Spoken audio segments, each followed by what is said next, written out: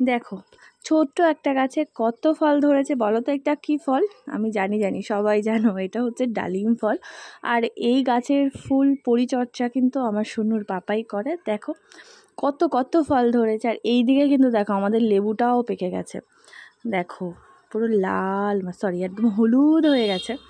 আর এই দিকে আমরা নাদাতে পুঁতেছিলাম আম গাছ, দেখো 4টে আমই আছে। আমি শুধু দেখি আর ভাবি যে একটা ছিঁড়বর খাবো, তো দেখতেই ভালো লাগে জানো খাওয়ার থেকে। আর এটা কিন্তু পুরো নাদাই লাগিয়েছে দেখো।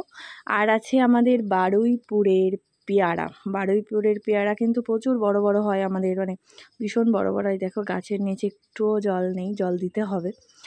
তো দেখো সুন্দর সুন্দর গাছ দেখেছো, গাছে কি সুন্দর হয়েছে, পুরো সবুজের সবুজ।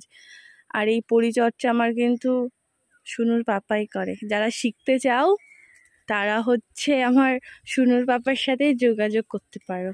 দেখো এখন হাতে কাউচি, ওটা কি বলে গো, ওটা কি বলে? কাটার কল। তো এখন গাছ পুরুনার বলে, পুরুনার।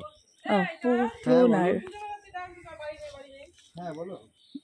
কত ডাঁটা শাক ভাই, একটু বরের সাথে ভিডিও করব, সবাই চলে আসে।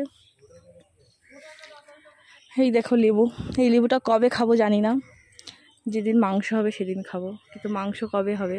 প্রায়ই হয় কিন্তু তখন তুলি না, মানে মাংস হয় কিন্তু মাংস খাওয়ার পরে ভাবি যে আমাদের কাছে একটা লেবু আছে, মানে অনেক লেবুই আছে কিন্তু এইটা একদম স্পেশাল, খুব সুন্দর।